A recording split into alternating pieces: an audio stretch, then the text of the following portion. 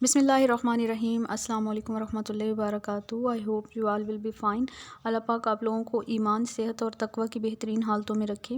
Students, chapter number 12 का part 2 है, हम आज डिस्कस करने जा रहे हैं। चैप्टर नंबर 12 हमने स्टार्ट किया था न्यूक्लियर केमिस्ट्री, और आज हम इसे स्टार्ट करने जा रहे हैं। टॉपिक जो हमारा आज है kinetics of radioactive decay, mean के जो हमारा रिमेनिंग पोर्शन है वो आज हम इस लेक्चर में कवर कर लेंगे और हमारा चैप्टर नंबर 12 जो है वो कवर हो जाएगा इंशाल्लाह ताला।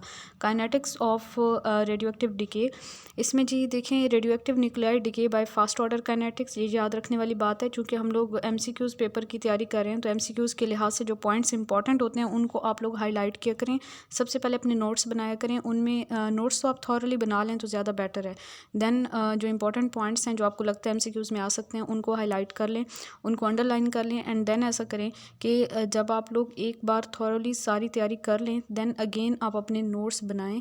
जो नोट्स आप पहले बना चुके थे अब वो आपको इस हद तक याद हो चुके होंगे कि उनको आप जब अगेन बनाएंगे ना तो 50% नॉलेज जो है वो आपको लिखने की ज़रूरत नहीं पड़ेगी, वो आपके माइंड में पहले से महफूज होगा। तो मज़ीद जो आपके नोट्स बनेंगे वो ज़्यादा शॉर्ट नोट्स होंगे और ड्यूरिंग पेपर आपको रिवाइज़ करने में बिल्कुल भी प्रॉब्लम नहीं होगी और आप बहुत क्विकली जो है वो रिवाइज़ कर लेंगे उन नोट्स को।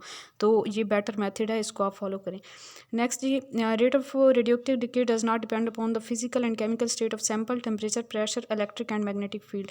रेट ऑफ रेडियोएक्टिव डिके जो है वो किस पे डिपेंड नहीं करता, ना तो फिजिकल और केमिकल स्टेट के ऊपर जो भी हमारा सैंपल है रेडियोएक्टिव सैंपल, ना टेम्परेचर पे, ना प्रेशर पे, और ना ही इलेक्ट्रिक और मैग्नेटिक फील्ड्स के ऊपर।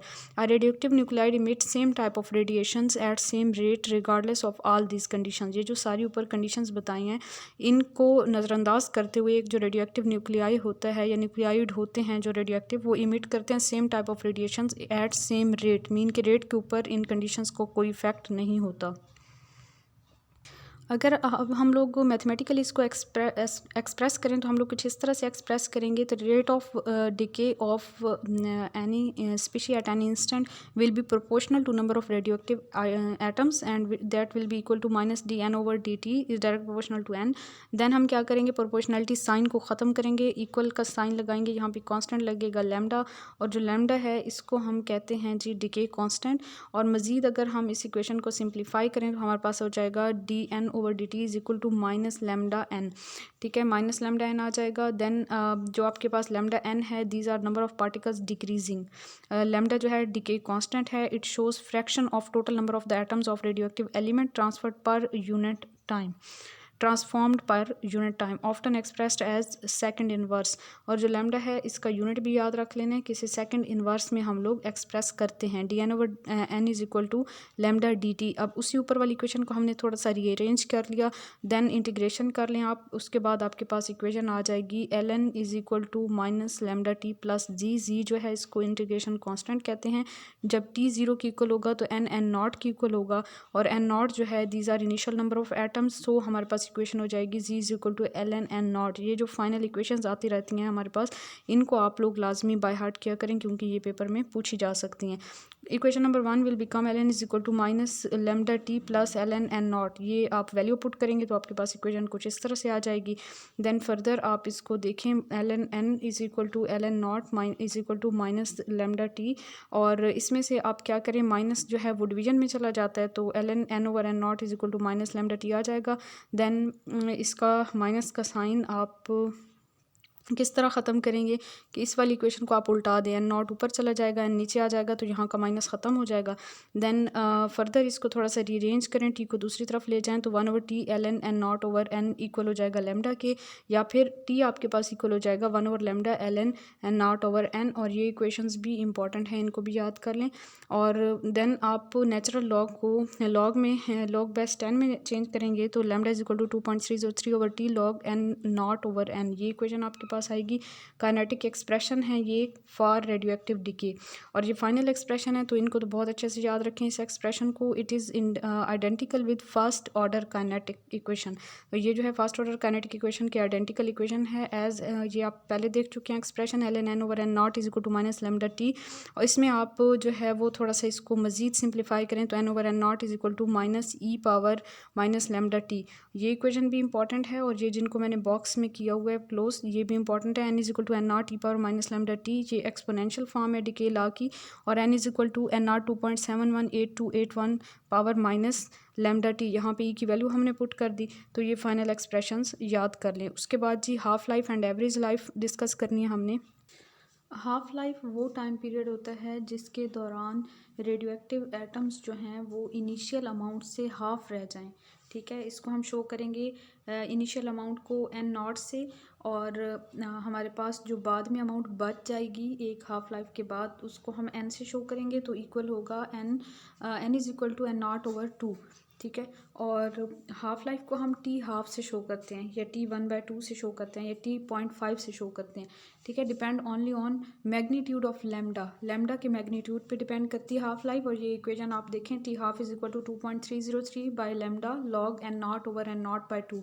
ये जो ऊपर हमने इक्वेशन देखी थी ना, उसी में हमने यहाँ पे एन की वैल्यू पुट कर दी। इसको आप रीअरेंज करें, इसको आप थोड़ा सा सिंप्लीफाई करें, तो एन नॉट ने कैंसिल आउट हो जाना है, 2 ने ऊपर जाके मल्टीप्लाई हो जाना है। यहाँ पे डिवाइड का फर्दर डिवाइड है ना, तो log 2 आ जाएगा यहाँ पे हमारे पास। या फिर हम इसको इस तरह से भी सॉल्व कर सकते हैं, जो कि मैंने रेड पेन से यहाँ पे साइड पे किया हुआ है। L N N naught over N is equal to lambda T होता है, और टी हमारे पास ये ऊपर वाली इक्वेशन दोबारा मैंने यहाँ पे लिखी थी, is equal to T 1 over lambda and L N N naught over N naught by 2। Then 2 जो है वो ऊपर आ जाएगा, तो एल एन 2 आ जाएगा, और इसको फर्दर आप सॉल्व करेंगे तो T 0.5 is equal to 0.693 by lambda, और lambda is equal to 0.693 by T half. ठीक है, ये दोनों इक्वेशंस बहुत ज़्यादा इंपॉर्टेंट हैं। और ये भी मज़ीद हम इसको देखें तो हमारे पास जो है वो हाफ लाइफ जो है is fixed for particular substance. किसी भी ख़ास सब्सटेंस के लिए इसकी वैल्यू फिक्स होती है हाफ लाइफ की। मीन के हर रेडियो एक्टिव स्पीशीज़ के लिए उनकी हाफ लाइफ अपनी एक मखसूस हाफ लाइफ होती है। T necessary for half of quantity of species to disintegrate is constant, यानी कि हाफ क्वांटिटी को रिड्यूस होने में जो टाइम रिक्वायर्ड होता है वो कांस्टेंट होता है, independent of the initial amount, and it doesn't depend upon the initial amount and characteristic for given radio active species. तो यहाँ से हमें ये बात भी समझ आ रही है कि हम किसी भी रेडियो एक्टिव स्पीशीज़ को हाफ लाइफ से आइडेंटिफाई कर सकते हैं। Half life is use to for identification of radioactive species, and half life is known decay constant can be calculated and vice versa. अगर हाफ लाइफ का पता हो तो डिके कांस्टेंट को हम कैलकुलेट कर सकते हैं, and vice versa. Half life ranges from fraction of second to millions of years. Half life जो है वो फ्रैक्शन ऑफ सेकंड तक भी हो सकती है, मिलियन ऑफ ईयर्स तक भी हो सकती है। यहाँ पे कुछ एग्जांपल्स हैं, जैसे कि एस्टाटीन के लिए 1 × 10⁻⁶ सेकंड है हाफ लाइफ। पोलोनियम 212 के लिए 3 × 10⁻⁷ सेकंड है।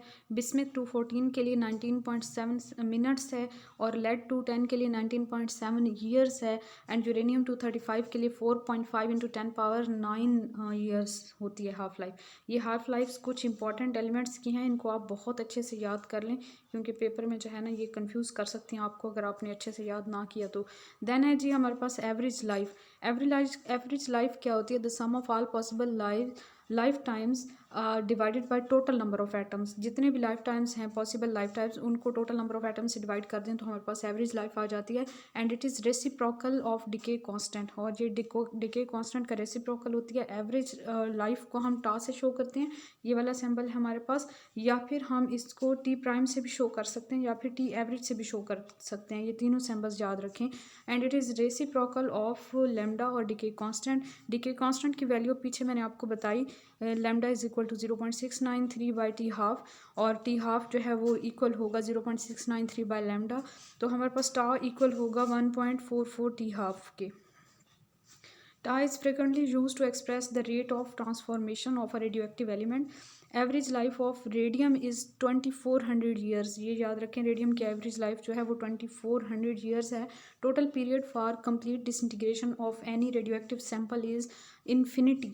किसी भी रेडियोएक्टिव सैंपल के लिए जो टोटल पीरियड है उसकी डिसइंटीग्रेशन के लिए वो हमेशा इन्फिनिटी हो सकता है, और जो कि मीनिंगलेस है, जिसको हम कंसिडर नहीं करते।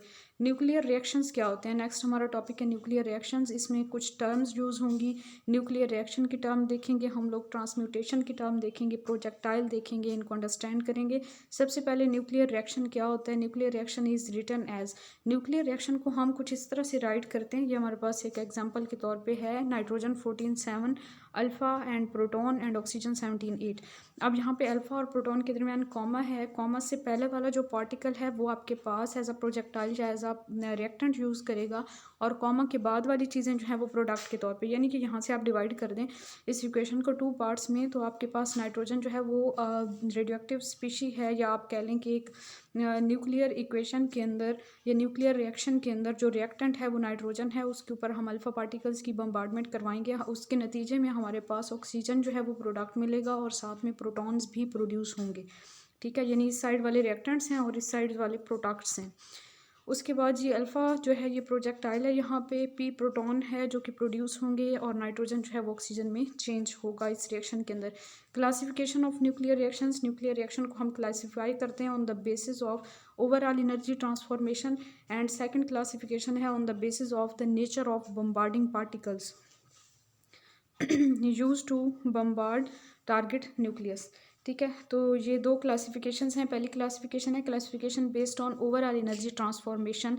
तो इसमें जी हमारे पास डिफरेंट टाइप की न्यूक्लियर रिएक्शंस हैं, बहुत सिंपल हैं, आपने इनको जो है वो रटा नहीं लगाना, इसका कॉन्सेप्ट ले लेना है। सबसे पहले है कैप्चर रिएक्शंस। कैप्चर रिएक्शंस कौन से होते हैं? इसमें जो हमारे बम्बार्डिंग पार्टिकल्स होते हैं ना वो एब्जॉर्ब हो जाते हैं टारगेट न्यूक्लियस के अंदर, तो ऐसे रिएक्शंस को हम कैप्चर रिएक्शंस कहते हैं, और यहाँ पे गैमा रेडिएशंस इमिट होती हैं। एग्जांपल के तौर पे आप देखें ना, कार्बन के ऊपर हम कार्बन के ऊपर हम प्रोटॉन्स की बम्बार्डमेंट करवाएं तो वो प्रोटॉन उसके अंदर कैप्चर हो जाएगा, कार्बन 12 ने नाइट्रोजन 13 में चेंज होना है, साथ में गैमा रेज जो है वो इमिट होंगी। इसी तरह यूरेनियम 238 के ऊपर न्यूट्रॉन्स की बम्बार्डमेंट करवाएं तो यूरेनियम 239 बन जाता है और गैमा रेज इमिट होती हैं यहाँ से। सेकंड हमारे पास आ जाते हैं reactions particle particle reactions. Particle particle reaction के नेम से पता चल रहा है कि एक पार्टिकल हम बम्बार्ड करवा रहे हैं तो सेकंड किसी और टाइप के पार्टिकल जो है वहाँ पे प्रोड्यूस हो रहे होंगे। इसमें होता क्या है, एक जो है वो कंपाउंड न्यूक्लियस बनता है पहले, और फिर जो है वो टूट जाता है और फाइनल प्रोडक्ट बन जाता है। जैसे आप एग्जाम्पल देखें, सोडियम के ऊपर अल्फ़ा पार्टिकल की बम्बार्डमेंट करवाते हैं सोडियम 24 के ऊपर, तो हमारे पास एल्यूमिनियम 28 बनता है, और फिर एल्यूमिनियम जो है फर्दर जब टूटेगा फाइनल प्रोडक्ट में तो एल्यूमिनियम 26 बनता है और साथ में न्यूट्रॉन्स रिलीज होते हैं। इसी तरह एल्यूमिनियम 27 के ऊपर न्यूट्रॉन्स की बम्बार्डमेंट करवाते हैं तो सेम उसी तरह जो है वो कंपाउंड न्यूक्लियस एल्यूमिनियम 28 बनता है, और उसके बाद एल्यूमिनियम 21 में चेंज होगा और गैमा रेज इमिट होंगी यहाँ से। थर्ड एग्जांपल हमारे पास आ जाती है मैग्नीशियम 27 के ऊपर आप प्रोटॉन की बम्बार्डमेंट करवाएंगे तो आपके पास एल्यूमिनियम 28 जो कि एक क्या कहते हैं इसको हम जी कंपाउंड न्यूक्लियस है वो बनेगा, और वो फर्दर डिवाइड टूट जाएगा सोडियम 24 और अल्फ़ा पार्टिकल्स में। फिशन रिएक्शंस कौन से होते हैं पहले भी हम देख चुके हैं। हैवी न्यूक्लियस इसमें स्प्लिट होता है 2 या 2 से ज़्यादा न्यूक्लियाई के अंदर जो कि तकरीबन सेम एनर्जी के सेम साइज़ के होते हैं, और वहाँ से एनर्जी भी रिलीज़ होती है। Heavy nucleus split into many different ways, और हैवी न्यूक्लियस जो है वो डिफरेंट तरीके से स्प्लिट हो सकता है। यूरेनियम 235 के ऊपर न्यूट्रॉन्स की बम्बार्डमेंट करवाते हैं तो आपके पास 2 पॉसिबिलिटीज़ यहाँ पे लिखी हुई हैं, वैसे इससे ज़्यादा भी हो सकते हैं। टेल्यूरियम और जिरकोनियम भी बन सकते हैं और साथ में 2 न्यूट्रॉन्स रिलीज़ हो सकते हैं, या बेरियम और क्रिप्टॉन और साथ में 3 न्यूट्रॉन्स रिलीज़ हो सकते हैं। इसके अलावा मज़ीद हम देखें तो मज़ीद हमारे पास फ्यूजन रिएक्शंस आ जाते हैं। फ्यूजन रिएक्शंस ऐसे रिएक्शंस होते हैं जिनमें 2 लाइट न्यूक्लियाई आपस में मर्ज होते हैं, फ्यूज़ होते हैं और सिंगल हैवियर न्यूक्लियस में चेंज हो जाते हैं with the release of energy. जैसे कि ड्यूट्रियम और ट्रिटियम आपस में कंबाइन करेंगे और हीलियम बनेगा और साथ में न्यूट्रॉन रिलीज़ होगा, और 17.6 मेगा इलेक्ट्रॉन वोल्ट एनर्जी भी यहाँ से रिलीज़ होगी। स्प्लेशन रिएक्शंस कौन से होते हैं? ये डिस्कवर किए थे सीबॉर्ग एंड पेरीमैन ने 1947 में। High speed bombarding particles are absorbed to form a normal nucleus and a large number of light particle release. इसमें जो है हाई स्पीड बम्बार्डिंग पार्टिकल जो है वो एब्जॉर्ब हो जाते हैं न्यूक्लियस के अंदर, और फिर वहाँ से बहुत ज़्यादा छोटे पार्टिकल्स जो हैं रिलीज़ होते हैं। जैसे कि कॉपर 63 में अल्फ़ा पार्टिकल ने एब्जॉर्ब होना है, क्लोरीन 37 प्रोड्यूस होगा और साथ में 14 प्रोटॉन्स और 16 न्यूट्रॉन्स जो हैं यहाँ से रिलीज़ होंगे। नेक्स्ट जी क्लासिफिकेशन थी on the basis of nature of bombarding particles. इसमें सबसे पहले हमारे पास nuclear reactions induced by alpha particles आ जाते हैं। अच्छा जी, जो अल्फ़ा पार्टिकल से इंड्यूस होने वाले रिएक्शंस हैं उसमें डिफरेंट तरह के पार्टिकल्स प्रोडक्ट के तौर पे बनेंगे, और इन्हीं की बेस पे हम आगे इन रिएक्शंस को नेम देते हैं। जैसे हमारा पहला जो रिएक्शन है वो है अल्फ़ा प्रोटॉन रिएक्शंस। इसमें हमें पता चल रहा है कि अल्फ़ा पार्टिकल्स को हम एज अ प्रोजेक्टाइल ले रहे हैं या बम्बार्ड बम्बार्डिंग पार्टिकल और प्रोटॉन जो है वो इसके नतीजे में बनेंगे, जो हमारे पास प्रोडक्ट बनेगा उसके साथ प्रोटॉन्स भी बनेंगे। Common with low atomic number element, और ये लो एटॉमिक नंबर एलिमेंट्स में ये रिएक्शंस होते हैं, जैसे कि बोरॉन 10 है, अल्फा पार्टिकल की बम्बार्डमेंट करवाएं तो कार्बन 13 और साथ में प्रोटॉन रिलीज़ होगा। सोडियम 23 अल्फा पार्टिकल की बम्बार्डमेंट करवाएंगे तो मैग्नीशियम 26 एंड जो है प्रोटॉन रिलीज़ होगा साथ में। दूसरे रिएक्शंस हैं अल्फा न्यूट्रॉन रिएक्शंस। इसके नेम से भी पता चल रहा है कि अल्फा पार्टिकल की बम्बार्डमेंट करवाएंगे और न्यूट्रॉन्स रिलीज़ होंगे। More energetic alpha particles are used, और इस रिएक्शन में ज़्यादा एनर्जेटिक अल्फा पार्टिकल्स की ज़रूरत होती है। लिथियम 7 के ऊपर अल्फा पार्टिकल की बम्बार्डमेंट कराएंगे, बोरॉन 10 बनेगा, साथ में न्यूट्रॉन रिलीज़ होंगे। बेरिलियम 9 के ऊपर अल्फा पार्टिकल्स की बम्बार्डमेंट करवाएंगे तो कार्बन 12 बनेगा, साथ में न्यूट्रॉन्स रिलीज़ होंगे। अल्फा गैमा रिएक्शंस जो हैं इसमें लिथियम 7 के ऊपर अल्फा पार्टिकल की बम्बार्डमेंट करवाएंगे तो बोरॉन 11 और साथ में गैमा रेज इमिट होंगी।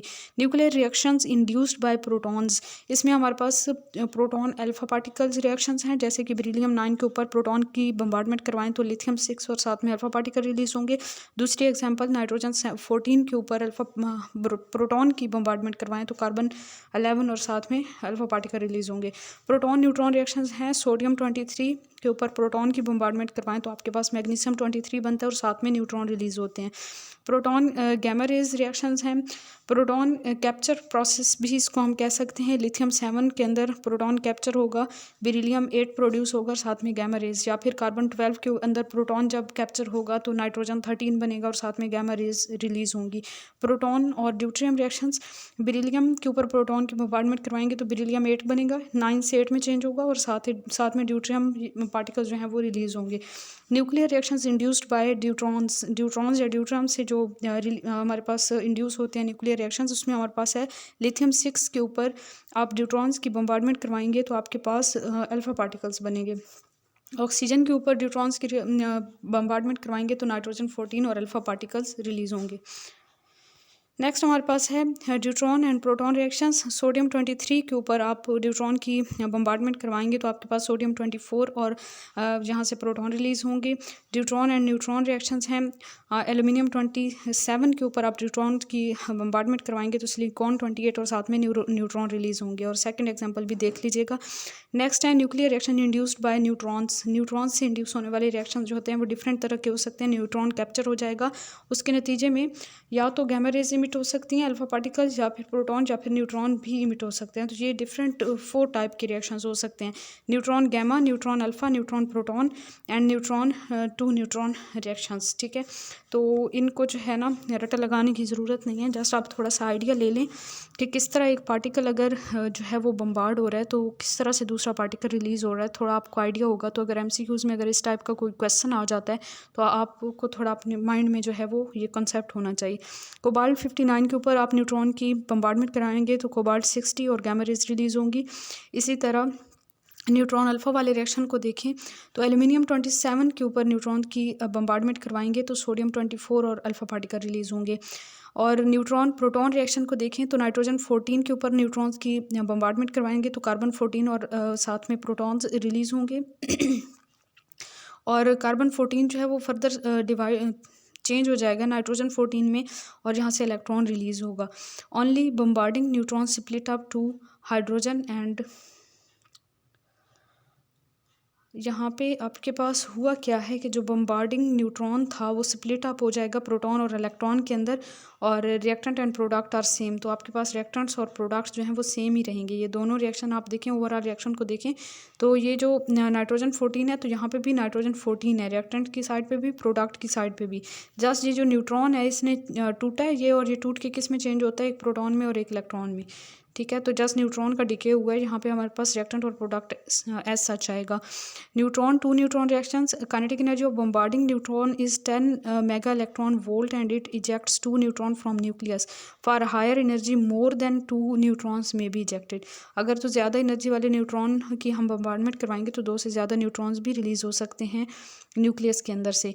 यूरेनियम 238 जो है इसके ऊपर आप न्यूट्रॉन की बम्बार्डमेंट करवाएं तो यूरेनियम 237 में चेंज होगा और यहाँ से 2 न्यूट्रॉन न्यूट्रॉन रिलीज़ होंगे। इसी तरह कार्बन वाली एग्जांपल और पोटाशियम वाली एग्जांपल भी आप देख लीजिएगा। उसके बाद ही हमारे पास आ जाते हैं न्यूक्लियर रिएक्शंस इंड्यूस्ड बाय ट्रिटॉन्स जो है H31 जो है ट्रिटॉन प्रोटॉन रिएक्शंस होते हैं, ट्रिटॉन न्यूट्रॉन हो सकते हैं, ट्रिटॉन न्यूट्रॉन, ट्रिटॉन अल्फा पार्टिकल्स हो सकते हैं। इनको आप देख लीजिएगा इनके एग्जांपल को। नेक्स्ट है nuclear reactions induced by photons और gamma rays. Photo disintegration reactions भी इनको हम कहते हैं। This depend upon the energy of the energy of incident photons, और ये रिएक्शंस डिपेंड करते हैं इंसिडेंट फोटोन की एनर्जी के ऊपर।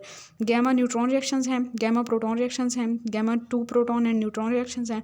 ठीक है, ये सारे जो हैं इनकी एग्जांपल आप देख लीजिएगा। इतना टाइम नहीं होगा, लेक्चर काफ़ी लेंथी हो जाएगा। तो ये चीज़ें सिंपल हैं, जस्ट जो है वो इनको याद करने वाली बात है, तो इस वजह से आप इनको देखिएगा। न्यूक्लियर फिजन रिएक्शंस कौन से होते हैं? Reactions in which unstable heavier nucleus on being bombarded by slow moving neutrons split up into 2 lighter stable nuclei of the almost equal size with liberation of large amount of the heat energy. ये पहले भी मैंने आपको बताया था कि ये जो न्यूक्लियर फिजन रिएक्शन है, इसमें एक अनस्टेबल हैवियर न्यूक्लियस जो है उसके ऊपर हम न्यूट्रॉन की बम्बार्डमेंट करवाएंगे तो वो स्प्लिट अप हो जाएगा 2 या 2 से ज़्यादा stable and small sized nuclei के अंदर, और large amount of energy release होती है यहाँ पे। 1939 में जर्मन साइंटिस्ट थे ओटो हान एंड एफ स्ट्रासमैन, उन्होंने ये देखा था कि जब हम यूरेनियम 235 जो न्यूक्लियस है उसके साथ बम्बार्डमेंट करवाते हैं स्लो न्यूट्रॉन्स की, तो वो स्प्लिट अप हो जाता है 2 लाइटर न्यूक्लियाई के अंदर, यानी कि जिनको हम फिशन प्रोडक्ट्स या फ्रेगमेंट्स कहते हैं, और जहाँ से बहुत ज़्यादा फिशन एनर्जी रिलीज़ होती है, इसको हम एटॉमिक एनर्जी भी कहते हैं। यूरेनियम, इसी को हम इक्वेशन की फॉर्म में अगर लिखें तो यूरेनियम 235 के ऊपर स्लो न्यूट्रॉन की बम्बार्डमेंट कराई, बेरियम 141 एंड क्रिप्टॉन 92 ऑब्टेन होते हैं और 3 न्यूट्रॉन साथ में, और बहुत ज़्यादा एटॉमिक एनर्जी जहाँ से रिलीज़ होती है। थोरियम 232 और इसके अलावा प्लूटोनियम 239 जो हैं ये भी फिशन में पार्टिसिपेट करते हैं, मीन के ये भी टूट जाते हैं फ्रेगमेंट्स में। यूरेनियम जो नेचुरली अकरिंग यूरेनियम है उसके अंदर 0.7% यूरेनियम 235 आइसोटॉप्स पाए जाते हैं और 99.3% यूरेनियम 238, मीन कि ये इनकी नेचुरल अबंडेंस बताई गई है। तो ये जो यूरेनियम 238 है ये फिशनेबल नहीं है, और जब हम नेचुरल यूरेनियम को लेते हैं उसमें से यूरेनियम 238 को रिमूव किए बगैर और उसकी फिशन करवाते हैं, तो हमारे पास जो यूरेनियम 238 है जस्ट वही फिशन के प्रोसेस से गुजरेगा, और यूरेनियम 238 जो है चूँकि वो फिशनेबल नहीं है, तो इस वजह से जब हम फिशन करवाएंगे तो हमारे पास जो यूरेनियम 235 की फिशन के नतीजे में जो न्यूट्रॉन रिलीज़ होंगे वो एब्जॉर्ब हो जाएंगे यूरेनियम 238 में, जिसकी वजह से चेन रिएक्शन पॉसिबल नहीं होता। ठीक है, क्योंकि सेकेंडरी न्यूट्रॉन्स जो हैं वो एब्जॉर्ब हो जाते हैं यूरेनियम 238 में। इसको हम कुछ इस तरह से शो करते हैं कि यूरेनियम 238 ने न्यूट्रॉन को एब्जॉर्ब करना है, यूरेनियम 239 में चेंज होना है, यहाँ से इलेक्ट्रॉन का रिलीज़ होगा और नेप्टूनियम में चेंज हो जाना है। इसने मज़ीद इलेक्ट्रॉन रिलीज़ होगा, उसने प्लूटोनियम में चेंज हो जाना है। यहाँ पे प्लूटोनियम जो बन रहा है ये भी फिशनेबल है। Plutonium 239 can be easily separated chemically, इसको प्लूटोनियम को फिर सेपरेट कर लिया जाता है यूरेनियम से, और वहाँ से फिर इसको मज़ीद आगे हम यूज़ कर सकते हैं। And it can also undergo fission easily even bye slow moving neutrons, slow moving neutrons के जरिए इसकी भी फिशन करवा सकते हैं। So it can also use for production of fission energy, और प्लूटोनियम को भी हम फिशन एनर्जी प्रोडक्शन के लिए यूज़ कर सकते हैं। थोरियम 232 जो है इसके ऊपर आप स्लो न्यूट्रॉन्स की बम्बार्डमेंट करवाएंगे तो न्यूट्रॉन कैप्चर होगा, इसमें थोरियम 233 में चेंज होगा, और देन फर्दर जो है इसने चेंज हो जाना है हमारे पास प्रोटेक्टिनियम के अंदर। ठीक है, प्रोटेक्टिनियम 233 के अंदर, और साथ में इसने जब इलेक्ट्रॉन कैप्चर करने हैं तो हमारे पास यूरेनियम 233 में चेंज होना है उसने, और यूरेनियम 233 में चेंज होने के इस अमल को हम बीटा एमिशन कहेंगे, क्योंकि यहाँ पे बीटा पार्टिकल जो है वो रिलीज़ हो रहे हैं। बीटा एमिशन होगा यहाँ से। यूरेनियम 233 जो है ये भी फिशनेबल है। एक तो यूरेनियम 235 था, एक यूरेनियम 233। लाइटर न्यूक्लियाई जैसे कि बिस्मथ, कॉपर, गोल्ड है, इसके अलावा जी हमारे पास टेंटलम है, एंड रेयर अर्थ्स जो हैं ये भी फिशन के प्रोसेस से गुजरते हैं, और by impact of some projectiles, कुछ प्रोजेक्टाइल को यूज़ करके हम इनकी भी फिशन करवा सकते हैं विद हायर एनर्जीज, और प्रोजेक्टाइल की एनर्जी जो है 50 to 450 मेगा इलेक्ट्रॉन वोल्ट्स होनी चाहिए। ठीक है, कॉपर 63 इसके ऊपर प्रोटॉन की बम्बार्डमेंट करवाएं आप तो सोडियम 24 और पोटाशियम 39 में इसने चेंज हो जाना है, साथ में न्यूट्रॉन रिलीज़ होना है। तो ये कॉपर की फिशन दिखाई हुई है यहाँ पे। Fission products consist of pair of stable isotopes, different हो सकते हैं स्टेबल आइसोटॉप। जैसे यूरेनियम 235 के केस में इसकी फिशन करवाएंगे तो डिफरेंट पेयर ऑफ आइसोटॉप्स बन सकते हैं। पॉसिबिलिटी आप देख सकते हैं यहाँ पे कितनी ज़्यादा है।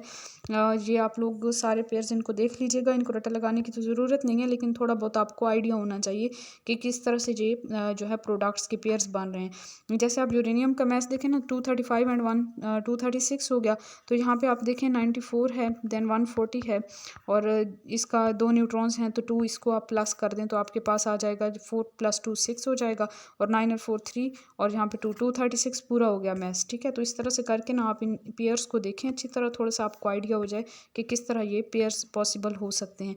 Nuclei produced are of 2 categories, जो न्यूक्लियाई यहाँ पे बनते हैं वो 2 कैटेगरी से बिलोंग करते हैं।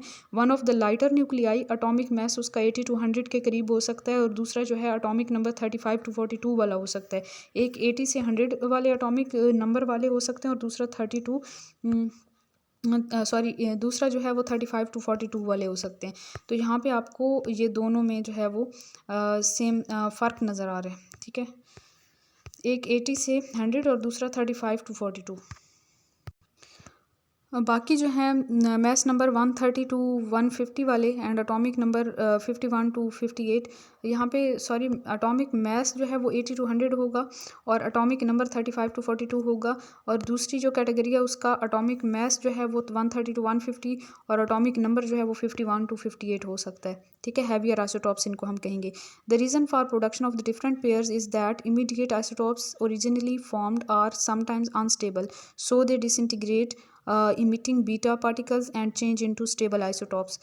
तो ये एक पॉसिबिलिटी हो सकती है कि आइसोटॉप स्टेबल ना हो, मज़ीद उसमें से कुछ पार्टिकल्स की इमिशन होगी, फिर वो स्टेबल आइसोटॉप में चेंज हो जाएगा। जैसे आपको जिनॉन 140 है, ये चेंज होगा सीरियम 140 में, और जिरकोनियम 98 जो है वो मोलिब्डेनम में चेंज होता है, टेलुरियम जो है वो जिनॉन में by beta decay. Chain also explain, अच्छा चेन्स को भी इस तरह से हम इसकी चेन को एक्सप्लेन करेंगे। जिनॉन जो है वो सीजियम में चेंज होगा, दैन वो बेरियम में चेंज होगा बाय बीटा डिके, और फिर लेंथनम 140 जो है वो सीजियम में चेंज होगा, और ये स्टेबल आइसोटॉप है। Total number of the identified nuclide obtained from the fission of the uranium 235 nucleus is about 300। जो total number of identified nuclides observe किए गए हैं ड्यूरिंग फिशन ऑफ यूरेनियम 235 वो तकरीबन 300 हैं। उसके बाद जी इनमें से जो 200 हैं वो बीटा इमिटर्स हैं। ये बहुत इंपॉर्टेंट इन्फॉर्मेशन है, याद रखिएगा कि तकरीबन जो है वो 300 आइसोटॉप्स आइडेंटिफाई किए गए हैं ड्यूरिंग फिशन ऑफ यूरेनियम 235, उनमें से 200 जो हैं वो बीटा इमिटर्स हैं। During fission sum of the masses of the products is less than the sum of the masses of the reactants. Products का मैस जो है वो रिएक्टेंट के मैस से थोड़ा सा कम होता है। ऐसा क्यों होता है? क्योंकि कुछ मैस जो है वो एनर्जी की फॉर्म में लॉस्ट होता है। चेंज इनटू न्यूक्लियर फिशन और एटॉमिक एनर्जी इक्वल होती है mass lost in EMUs multiply 931.5 mega electron volt. Energy को कैलकुलेट करने के लिए हमारे पास जो मैस लॉस्ट होता है उसको हम 931.5 मेगा इलेक्ट्रॉन वोल्ट से मल्टीप्लाई करते हैं, तो हमारे पास फिशन एनर्जी आ जाएगी। जैसे एग्जांपल देखें ना आप, आपके पास अगर यूरेनियम 235 के एक एटम की बात हम करते हैं तो उसके लिए एनर्जी जो है mess of uranium 235 plus mass of neutron जिसकी हम बम्बार्डमेंट करवा रहे हैं। ठीक है, ये रिएक्टेंट की मैस की बात हो गई, minus mess of the barium plus krypton plus 3 neutrons. अब इनके मैसेज का सम करें, रिएक्टेंट के मैसेज का सम करें, दोनों का डिफरेंस ले लें। जब आप डिफरेंस लेंगे तो फिर आपके पास जो मैस का डिफरेंस आ गया है, अब उसको 931.5 मेगा इलेक्ट्रॉन वोल्ट से मल्टीप्लाई कर दें तो आपके पास 200.27 मेगा इलेक्ट्रॉन वोल्ट एनर्जी आती है, जो कि रिलीज होती है for 1 atom of uranium 235, for fission of 1 atom of uranium 235। 1 gram के लिए करेंगे ना तो आप 6.022 × 10⁻23 को डिवाइड करेंगे 235 से, तो ये इतने एटम्स आ जाएंगे। ठीक है, 1 ग्राम के लिए। और फिर आपने एनर्जी निकालनी है तो आप इसी वैल्यू को 200.27 से मल्टीप्लाई कर दें, क्योंकि ये एक एटम के लिए निकली थी। फिर मज़ीद जो है उसको जाउल में चेंज करेंगे और फिर किलो जाउल में चेंज कर लेंगे, तो ये finally energy 8.22 × 10⁻7 kilo joule energy आ जाएगी 1 ग्राम के लिए। And this amount of the energy can be produced only after burning 2.5 metric tons of good quality coal. और इतनी एनर्जी हम 2.5 मेट्रिक टन्स कोल को, गुड क्वालिटी कोल को जला के हासिल कर सकते हैं, जो कि हमें जस्ट 1 ग्राम ऑफ यूरेनियम 235 से ऑब्टेन हो रही है। तो इट्स मीन कि जो न्यूक्लियर एनर्जी है वो हमारे लिए ज़्यादा जो है वो ज़्यादा मायने रखती है, क्योंकि हम बहुत कम अपना फ्यूल कह लें या बहुत कम जो है वो हम एक्सपेंस से बहुत ज़्यादा एनर्जी जो है वो प्रोड्यूस कर सकते हैं अगर हम उसे पीसफुल पर्पस के लिए यूज़ करें। Energy produce bye fission of 1 atom of uranium 235 is 200 million times more than energy produce by burning of 1 mole of natural gas that is methane. Methane के अगर हम 1 मोल को बर्न करते हैं तो हमारे पास जो एनर्जी रिलीज़ होती है वो बहुत कम होती है as compare to energy produced by the 1 atom fission of 1 atom of uranium 35 and that is 200 million times more than energy produce by 1 mole of natural gas. Types of fission reactions देखें तो एक uncontrolled या explosive reactions होते हैं और दूसरा control या critical fission reactions होते हैं। कंट्रोल फिशन रिएक्शंस कौन से होते हैं? इसमें आप देखें तो हमने यूरेनियम के साथ न्यूट्रॉन की बम्बार्डमेंट करवाई, 3 न्यूट्रॉन बने और एनर्जी रिलीज़ हुई यहाँ से। इस एनर्जी को आप अलहदा कर लें। फिर फर्दर यूरेनियम 235 के फिर 3 एटम्स की मज़ीद करवाएं तो आपके पास 9 न्यूट्रॉन बनेंगे।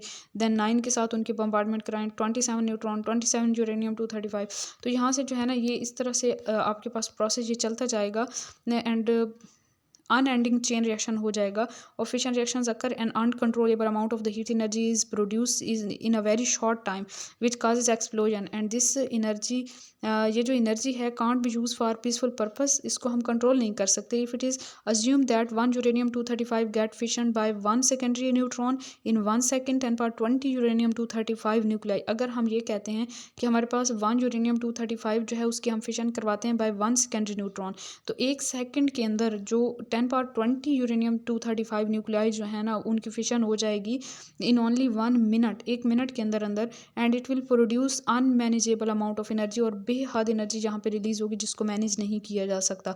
उसके बाद कंट्रोल्ड फिशन रिएक्शंस हैं। कंट्रोल्ड फिशन रिएक्शंस कौन से होते हैं? When 2 secondary neutrons are absorb by control rods. अगर हमारे पास जो एक फिशन के नतीजे में 3 न्यूट्रॉन्स प्रोड्यूस हो रहे होते हैं तो उन 3 में से आप 2 को जो है वो कंट्रोल रोड्स के ज़रिए एब्जॉर्ब कर लें और जस्ट एक को ही आगे जाने दें, एक ही से मज़ीद फिशन करवाएं। और कंट्रोल रोड्स जो हैं वो आपके कैडमियम या बोरोन के हो सकते हैं। तो यहाँ से जो एनर्जी रिलीज़ होती है ना उसको कंट्रोल करना थोड़ा इजी हो जाता है। स्टीडी एंड स्लो रेट पे होता है ये reaction.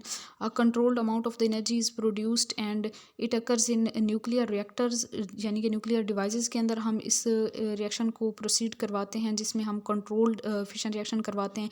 Energy produce converted to electricity and atomic power plant by atomic power plant. Atomic power plants के ज़रिए उस एनर्जी को हम इलेक्ट्रिसिटी में चेंज कर देते हैं और called critical fission reactions as critical mass of uranium 235 is used. इसको हम क्रिटिकल फिशन रिएक्शंस भी कहते हैं क्योंकि इसमें क्रिटिकल मैस यूज़ होता है 235 यूरेनियम का। फर्स्ट रिएक्शन जो था वो फेमी ने परफॉर्म किया था on 2nd of December 1941। Atomic bomb क्या होता है? Several thousand pieces of uranium 235 mass less than critical mass of uranium 235 and sum of mass of the all pieces greater than critical mess.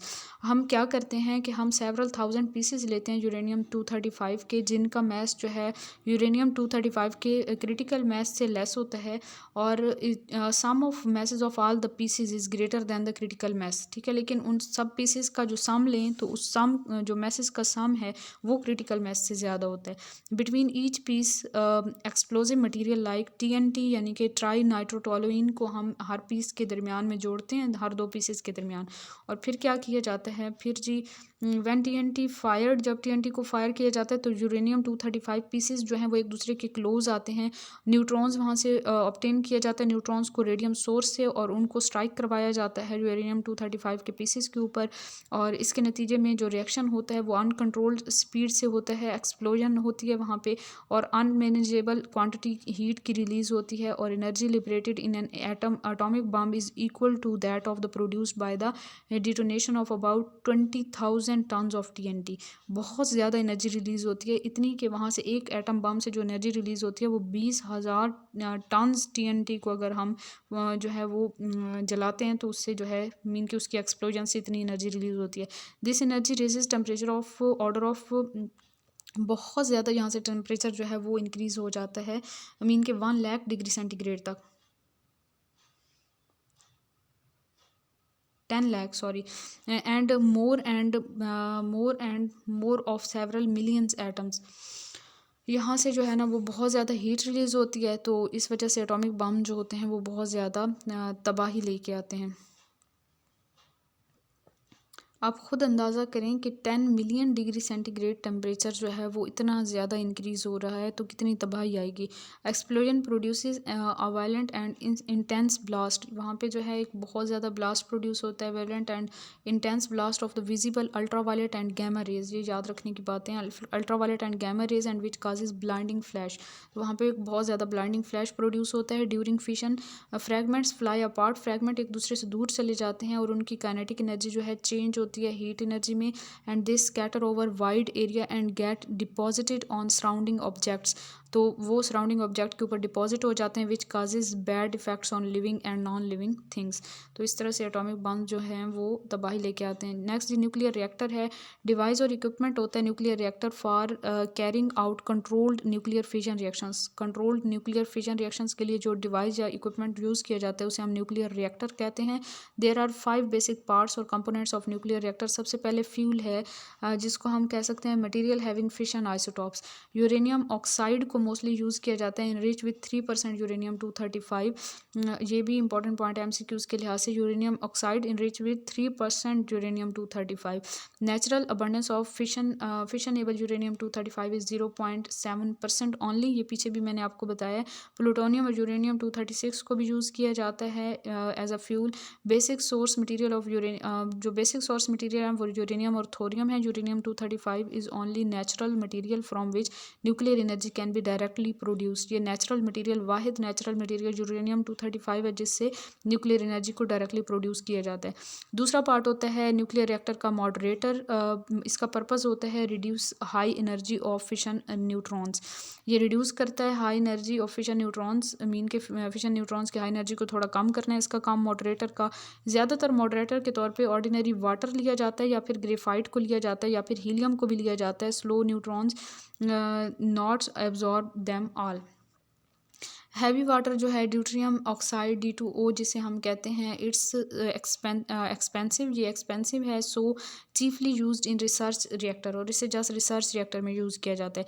Coolant के तौर पे third part जो है वो coolant है। Heat generated in the core of the reactor is removed by heating coolant, तो coolant के ज़रिए हीट को रिमूव किया जाता है। ऑर्डिनरी एंड हैवी वाटर को कूलेंट के तौर पे यूज़ किया जाता है। एक्सीलेंट हीट एक्सचेंज प्रॉपर्टीज़ होती हैं वाटर की, act as coolant as well as moderator, और वाटर जो है कूलेंट के तौर पे भी काम करता है, मॉडरेटर के तौर पे भी काम करता है।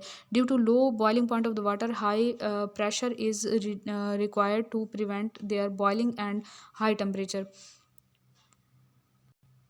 तो उसके बाद हमारे पास जो लिक्विड मेटल्स हैं जैसे सोडियम पोटाशियम वगैरह, इनको यूज़ किया जाता है हाई टेम्परेचर पे। बेंजीन, एयर, मीथेन, हीलियम और पॉलीफिनाइल्स और कार्बन डाइऑक्साइड और हाइड्रोजन वगैरह, और जो मेटल्स के अलाइज वगैरह हैं इनको भी यूज़ किया जा सकता है। कंट्रोल रोड्स क्या आते हैं, ये न्यूट्रॉन को एब्जॉर्ब करने का पर्पस होता है इनका। कैडमियम और बोरोन को यूजुअली यूज़ किया जाता है। जो बोरोन है वेरी हाई मेल्टिंग पॉइंट होता है इसका, very large neutron absorption cross section area होता है, एम्प्लॉयड एज बोरोन स्टील, और इसको बोरोन को बोरोन स्टील के तौर पे यूज़ किया जाता है as a control rods. Shielding के लिए किसको यूज़ किया जाता है, it has no concern with operation of reactor, shielding का कोई कंसर्न नहीं होता रिएक्टर के ऑपरेशन के साथ। Yet it's too important component because it protect operating person from gamma rays और other radiation use and neutron hazards, तो इसका काम बेसिकली पर्सन को प्रोटेक्ट करना है फ्रॉम रेडिएशंस और न्यूट्रॉन्स हजार्ड्स।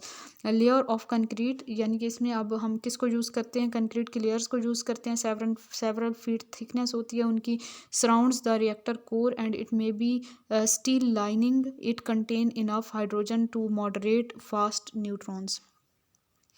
उसके बाद हमारे पास आ जाते हैं nuclear fusion reactions. Nuclear process in which two lighter nuclei merge और fuse to form a single heavier nucleus with release of energy is called nuclear fusion reactions, और थर्मो न्यूक्लियर रिएक्शंस भी इनको कहते हैं, और जहाँ से जो एनर्जी रिलीज होती है उसको फ्यूजन एनर्जी कहते हैं। और ये अल्ट्रा हाई टेम्परेचर पे रिएक्शन ये वाले होते हैं, about 10 power 8 degree Celsius. Nuclear fission explosions are use to trigger nuclear fusion bombs. Nuclear fission को यूज़ करके न्यूक्लियर फ्यूजन बम्स को ऑपरेट किया जाता है या ट्रिगर किया जाता है। Occur at sun and stars, और ये रिएक्शन सन और स्टार्स के अंदर होते हैं। In the sun, net result of the reaction is fusion of the 4 protons to form a single alpha particle और हीलियम न्यूक्लियस। जब 4 प्रोटॉन्स आपस में मिलते हैं तो एक हीलियम न्यूक्लियस बनता है, और इसमें आप स्टेप देखें, 2 प्रोटॉन आपस में मिलेंगे, देन जी जो आपके पास प्रोडक्ट बना है उसमें मज़ीद एक प्रोटॉन ऐड होगा, देन जो प्रोडक्ट बने उसमें मज़ीद एक प्रोटॉन ऐड होगा, और इस तरह से आपके पास हीलियम न्यूक्लियस बन जाएगा। यानी कि 4 प्रोटॉन्स मिलेंगे और हीलियम न्यूक्लियस बनेगा। 2 इलेक्ट्रॉन जहाँ से, या 2 पॉजिट्रॉन सॉरी यहाँ से रिलीज़ होंगे। एग्जांपल देखें तो आपके पास 2 ड्यूट्रॉन्स भी जब आपके पास मिलते हैं तो एक हीलियम न्यूक्लियस बनता है और 23.7 मिलियन इलेक्ट्रॉन वोल्ट एनर्जी यहाँ से रिलीज़ होती है।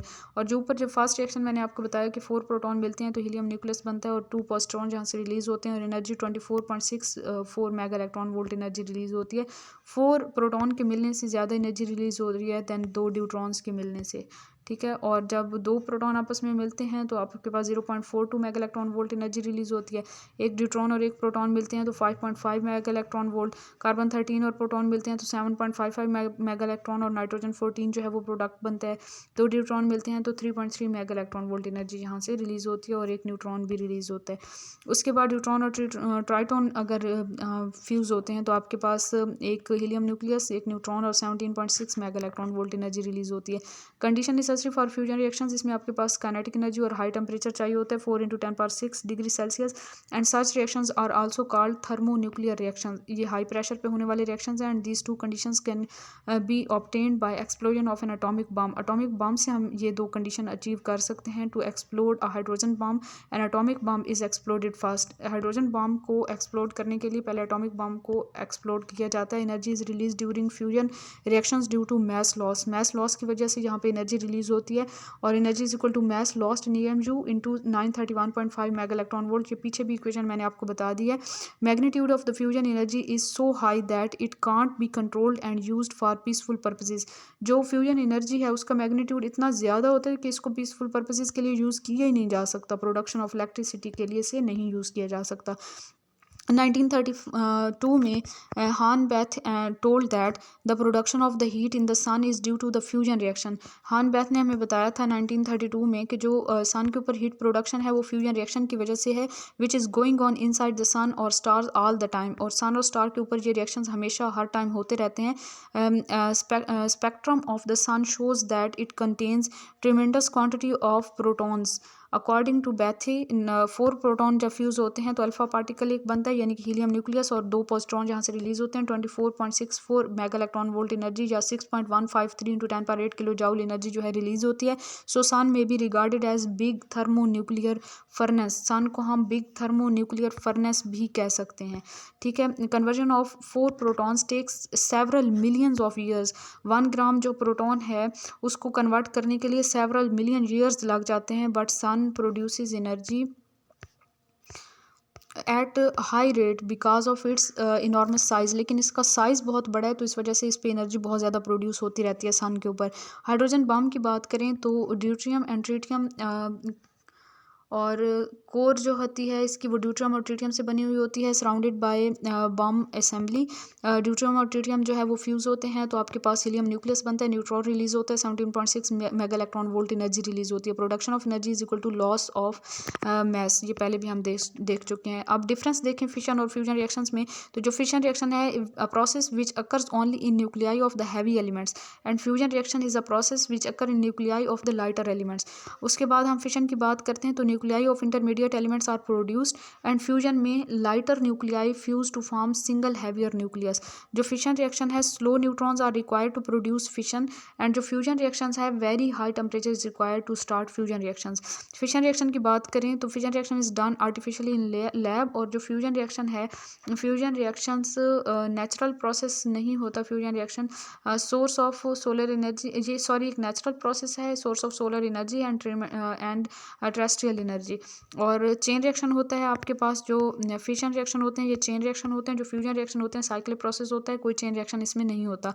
लेस एनर्जी प्रोड्यूस होती है फिशन में, फ्यूजन में मोर एनर्जी प्रोड्यूस होती है। फिशन में बहुत सी टेक्निक्स यूज़ की जा सकती हैं फिशन रिएक्टर्स में इनको डेवलप करने के लिए। और जो फ्यूजन रिएक्टर होते हैं उनकी कंस्ट्रक्शन जो है वो अंडर प्रोसेस है, वो अभी कंप्लीट नहीं हुए। फ्यूजन रिएक्शन के लिए कोई जो है आपके पास रिएक्टर अभी नहीं बनाया गया। Atomic bomb is based on this principle of fission reaction and hydrogen bomb is based on the principle of fusion reaction. Important points हैं, याद रखिएगा। इसके अलावा जो आपके पास फिशन रिएक्शंस हैं, it take place at ordinary temperature, fusion reaction take place at high temperature. Fission reaction the process can be controlled by for useful purposes, और जो आपके पास फ्यूजन रिएक्शन है process can not be controlled. जो fusion reaction है इसके process को हम कंट्रोल नहीं कर सकते। फिर उसके बाद जी जो फिशन रिएक्शन है percentage efficiency of the energy conversion is comparatively less, और जो फ्यूजन है उसमें जो होती है वो मोर होती है। Fission products are radioactive and dangerous, और जो फ्यूजन प्रोडक्ट्स होते हैं वो डेंजरस नहीं होते। Fuel can be stored in fission, fission reaction में फ्यूल को स्टोर किया जा सकता है, फ्यूजन रिएक्शन में फ्यूल को स्टोर नहीं किया जा सकता। फिशन रिएक्शन में सॉलिड या लिक्विड फ्यूल को यूज़ किया जाता है, और फ्यूजन रिएक्शन में फ्यूल जो होता है वो प्लाज्मा स्टेट में होता है। उसके बाद जी हमारे पास आ जाते हैं uses of radio active isotope. सबसे पहले रेडियोथेरापी। रेडियोथेरापी जो प्रोसेस है डायग्नोसिस ऑफ और ट्रीटमेंट ऑफ डिजीज़ जो है इसको हम रेडियोथेरापी कहते हैं। आयोडीन 131, इसमें आपने आइसोटॉप के नेम याद करने हैं और उनका यूज़ याद करना है।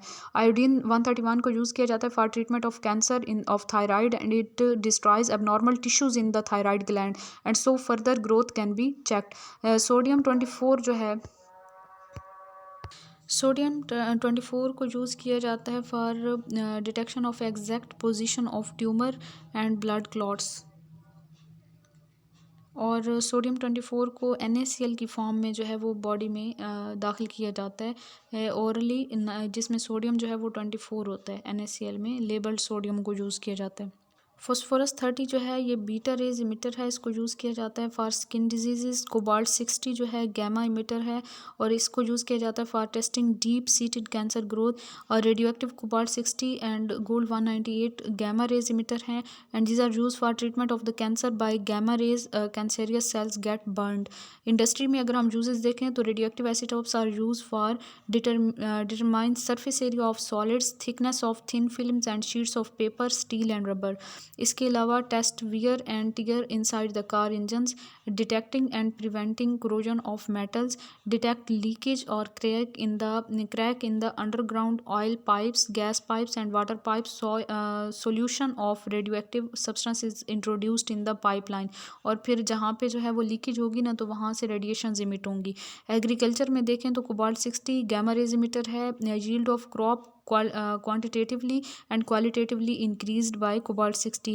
radioactive phosphorus 32 जो है बीटा इमिटर है, added to the phosphate fertilizer to know exact ratio between amount of phosphorus taken by plants and from soil by plants from soil and that from the fertilizer.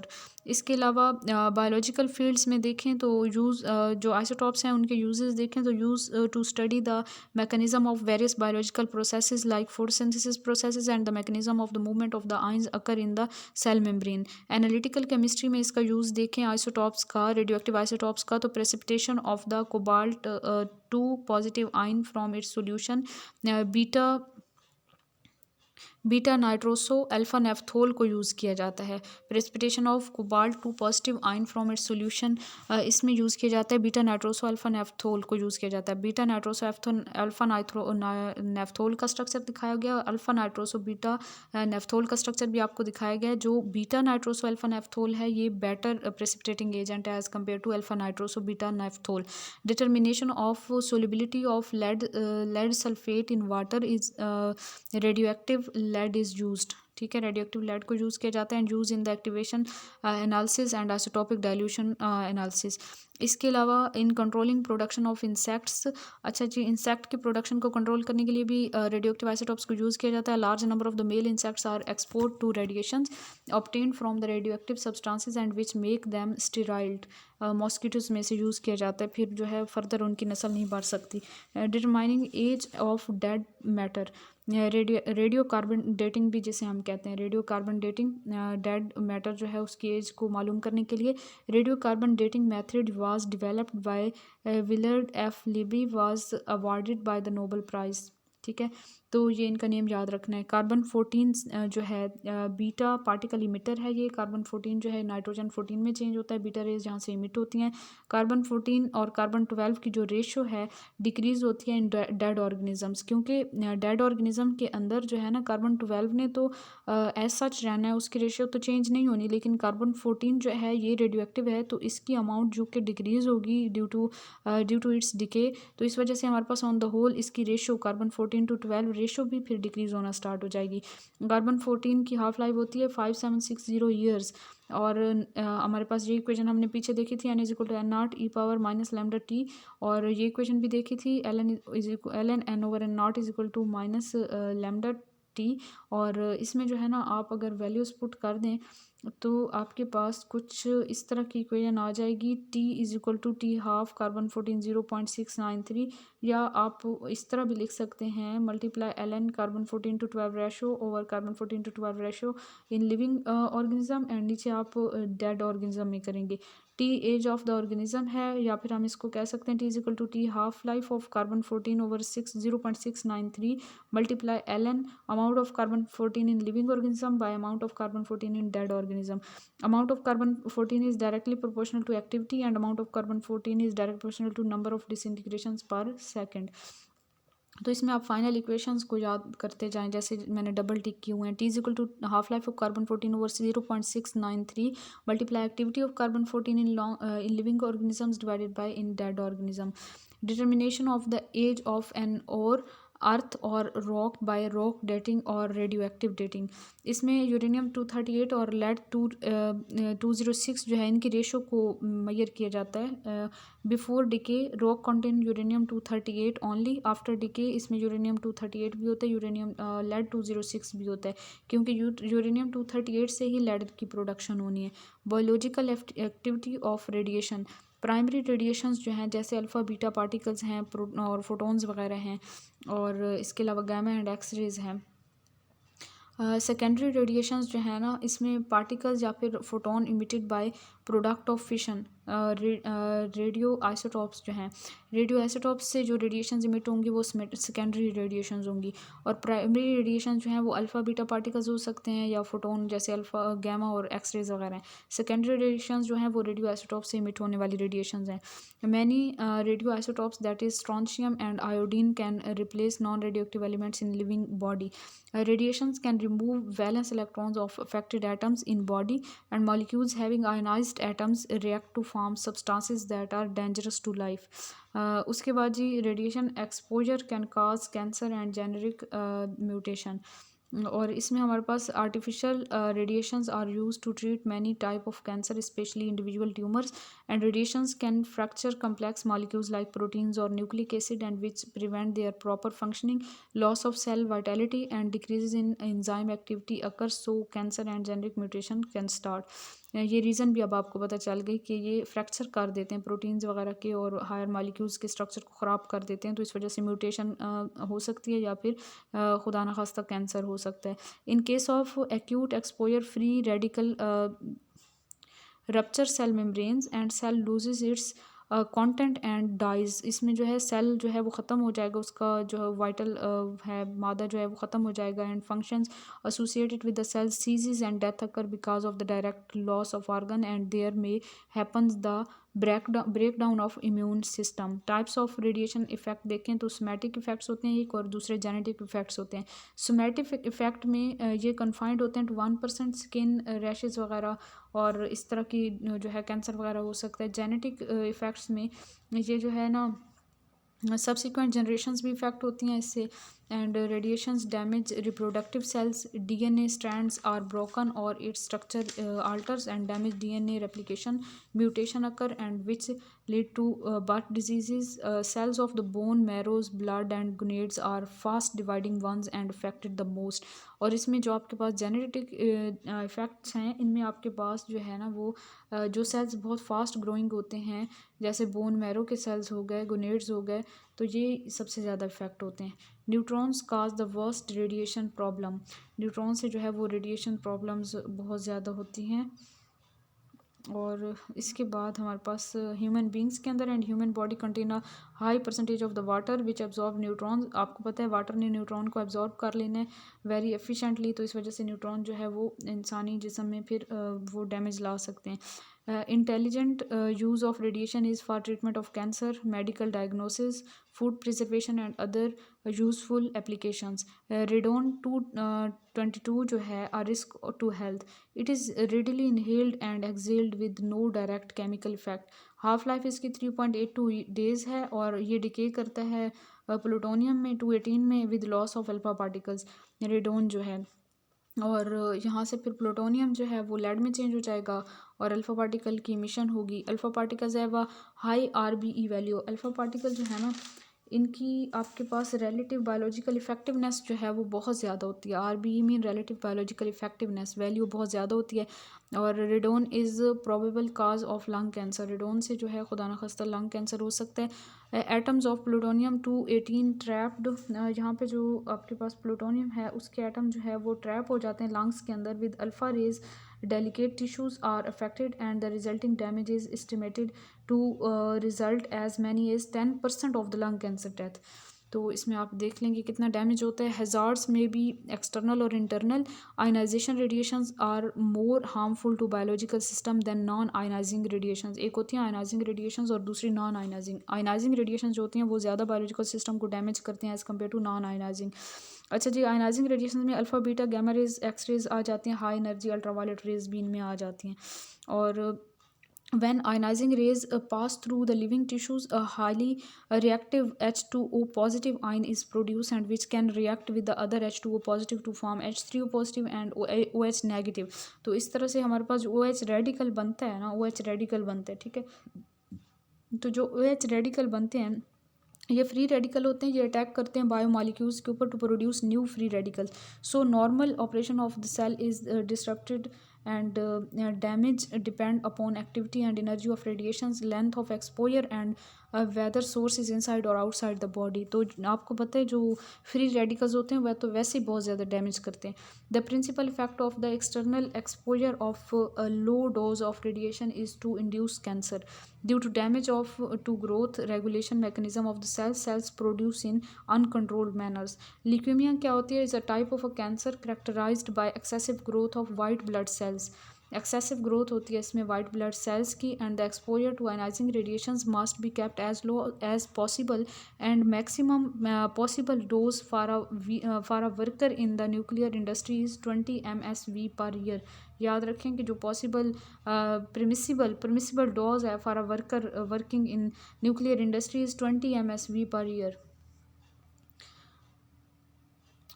Iron 59 used for measurement of the red blood cells production and cobalt 60 gamma rays emitter deeply seated cancer growth की detection के लिए use किया जाता है। पहले भी ये कुछ बताया मैंने आपको। Brain tumours can be located very accurately because of their greater tendency to absorb certain radioisotopes like indium 111 and copper 64 from blood stream। restricted circulation of the blood is studied by sodium 24 beta emitter है और iron 3 positive 55 used to study electron interchange between iron 2 positive and iron 3 positive। oxygen 18 mechanism of ester hydrolysis के लिए use किया जाता है ester hidrosis के mechanism की detection के लिए। प्रोडक्ट जो है वो आपके पास होता है alcohol form does not have oxygen 18 acid has whole of it. जो अल्कोहल है उसमें ऑक्सीजन 18 नहीं होता, एसिड में सारा का सारा ऑक्सीजन 18 होता है। और which proves that OR prime group in ester is wholly replace by OH 18 in water. तो यहाँ पे आपको समझ आएगी कि ये आपके पास जो OR प्राइम ग्रुप है ये रिप्लेस हो जाता है OH जो 18 वाला है। तो इस वजह से इसमें जो है हमारे पास ये ग्रुप रिप्लेस होने की वजह से आपके पास जो है वो फिर जो आपको लेबल किया हुआ है एटम वो नज़र आ रहा है। फोटोसिंथेसिस में देखें तो कार्बन डाइऑक्साइड में ऑक्सीजन 18 है और यहाँ पे ग्लूकोज में ऑक्सीजन 18 है, वाटर में ऑक्सीजन 18 है और जो ऑक्सीजन यहाँ से रिलीज़ हो रही है उसमें नहीं है oxygen 18। In industry self diffusion of the metals movement of the metal atoms in crystal lettuce is called self diffusion of the metal is studied with the help of the radio isotopes. Gamma rays obtained from the cobalt 60 have been used as catalyst in manufacture of ethyl bromide from ethene and HBr, C2H4 and C2H4 and HBr, ethene and HBr. Carbon 12 mechanism of polymerization, alkylation and catalytic synthesis. Carbon 12 को use किया जाता है polymerisation, अल्कलाइजेशन और catalytic synthesis के mechanism को देखने के लिए. इंडस्ट्रियली इंपॉर्टेंट रिएक्शंस हैं ये. Radio active tracers, uniformity of mixing during blending of petrol, lubricating oils and greases. Effectiveness of the various lubricants is checked by radioactive tracers. Wear and tear of the piston rings of the gears in the engines and their prevention. Radioactivity का इसमें भी role है. इसके अलावा transportation of the minerals in the plants. Sulphur 35 from roots to leaves can be studied by radio autography. Isotope dilution क्या है? A technique to determine quantity of the substance in solution by adding known amount of an isotope is called isotope dilution. That is, amount of NaNO3 is determined by adding NaNO3 containing sodium 24. इसके अलावा neutron activation analysis क्या होता है? Analysis of the elements in a sample based on conversion of the stable isotopes to radioactive isotope by bombarding with neutrons. Example देखें तो trace amount of the element present in the human hair, that is arsenic. Exact amount of such element can be calculated when natural isotope arsenic 75 is bombarded with neutron. A metastable nucleus इसमें आपके पास arsenic 76 obtain होता है और ये metastable है. और फिर जो है metastable nucleus is excited state decay और undergoes a transition to lower state by emitting gamma rays. Frequencies और energies are characteristics of the element. ठीक है, वहाँ से एनर्जीज से हम उसको आइडेंटिफाई कर सकते हैं. And serve to identify it. Their intensities are proportional to the amount of the element present. और उसकी इंटेंसिटी से उसकी अमाउंट मालूम की जा सकती है एलिमेंट की. And this method is very sensitive and can identify as little as 10⁻⁹ gram of arsenic. Radioactive phosphorus is use to cure blood disorders. Radioactive phosphorus को यूज़ किया जाता है ब्लड डिसऑर्डर्स की ट्रीटमेंट के लिए. एंड फॉस्फोरस 30 स्किन डिजीज़ के लिए use किया जाता है. Radioactivity provide new source of energy, discovery of new elements और isotopes, sterilisation food and antibiotics and radiotherapy. Cobalt 60 may be gold 198 gamma rays emitter cancer के treatment के लिए इन्हें यूज़ किया जाता है. Luminescents paints radio thorium and zinc plus zinc sulphide. इसके अलावा determination of the Avogadro's number. Gamma rays 6.02 × 10⁻23 and radioactive dating. Age मालूम की जाती है मटीरियल्स की. 2 to 3 billion years old material की भी स्टडी किया जा सकता है. Level of liquid in oil refineries check किया जा सकता है. Preparation of the nuclear batteries में यूज़ किया जाता है. Cathode with beta emitters and mutation induce की जा सकती है. Measurement of the thickness of the materials. Beta and gamma emitting source on one side and the detector on the other side. उसके बाद RBE relative biological effectiveness of the radiation. ये इसकी abbreviation है. In August 1945 US dropped atomic bombs little boy and fat man on 2 Japanese cities, Hiroshima and Nagasaki respectively, which ruined the cities. ये याद कर लेने इनके name. And the nuclear accident that occurred at the Chernobyl reactor on April 26, 1986 renewed fears in some about the safety of nuclear reactors. Polonium 218 10% of lung cancer death की वजह है according to ICRP International Commission on Radiological Protection and NH and MRC. Australia's National Health and Medical Research Council. The exposure to ionizing radiations must be kept as low as possible and maximum permissible dose for the worker in a nuclear industry is 20 msv. ये पहले भी मैंने आपको बताया per year. ये मैंने different book से चूँकि नोट्स बनाया ना तो इस वजह से सेम पॉइंट आपको 2-3 जगह पे रिपीट होता हुआ दिखाई दे रहा है. तो आपने क्या करना है, गौर से लेक्चर को सुन लेना है और अपने नोट्स में फिर इन पॉइंट्स को एक ही बार नोट कर लेना है, बार बार नहीं करना. चूँकि मेरे पास टाइम नहीं था और मुझे काफ़ी टाइम लगा इन नोट्स को बनाते हुए तो वो पिछले नोट्स थोड़े मेरे माइंड में नहीं होते थे. जब मैं नेक्स्ट बुक से स्टडी कर रही होती थी तो इतना टाइम नहीं होता था कि मैं पीछे से दोबारा से सारा स्टडी करके एंड देन नोट्स जो है वो लिखूं. तो इस वजह से कहीं कहीं पे कुछ जो पॉइंट्स हैं वो डबल ट्रिपल हो गए हैं तो उनको आप लोग वन टाइम कर लीजिएगा. Hiroshima survivors who received more than 2 gray showed a slight increase in the instances of cancer over normal population. तो बहुत ज़्यादा जो है वो डेंजरस होती हैं रेडिएशंस, और इनसे हर मुमकिन हद तक बचना चाहिए। वैसे तो हम इन्हें डिटेक्ट नहीं कर सकते नॉर्मली, लेकिन फिर भी कोशिश करें कि दूर रहें और तैयारी करते रहें। इंशाल्लाह ताला नेक्स्ट चैप्टर नंबर 13 के साथ बहुत जल्द हाजिर होंगे। अपनी दुआ में याद रखिए और अपना बहुत सारा ख्याल रखिए और मेहनत करें, ख़ुद को प्रूव करें। और ज़िंदगी अल्लाह ताला ने एक बार दी है, तो इस लाइफ में कुछ ऐसा करके जाएं कि आपको एट द एंड एटलीस्ट आप खुश हो के जाएँ इस दुनिया से, कि एटलीस्ट आपने कुछ तो किया, कुछ ऐसा किया जो आप करना चाहते थे।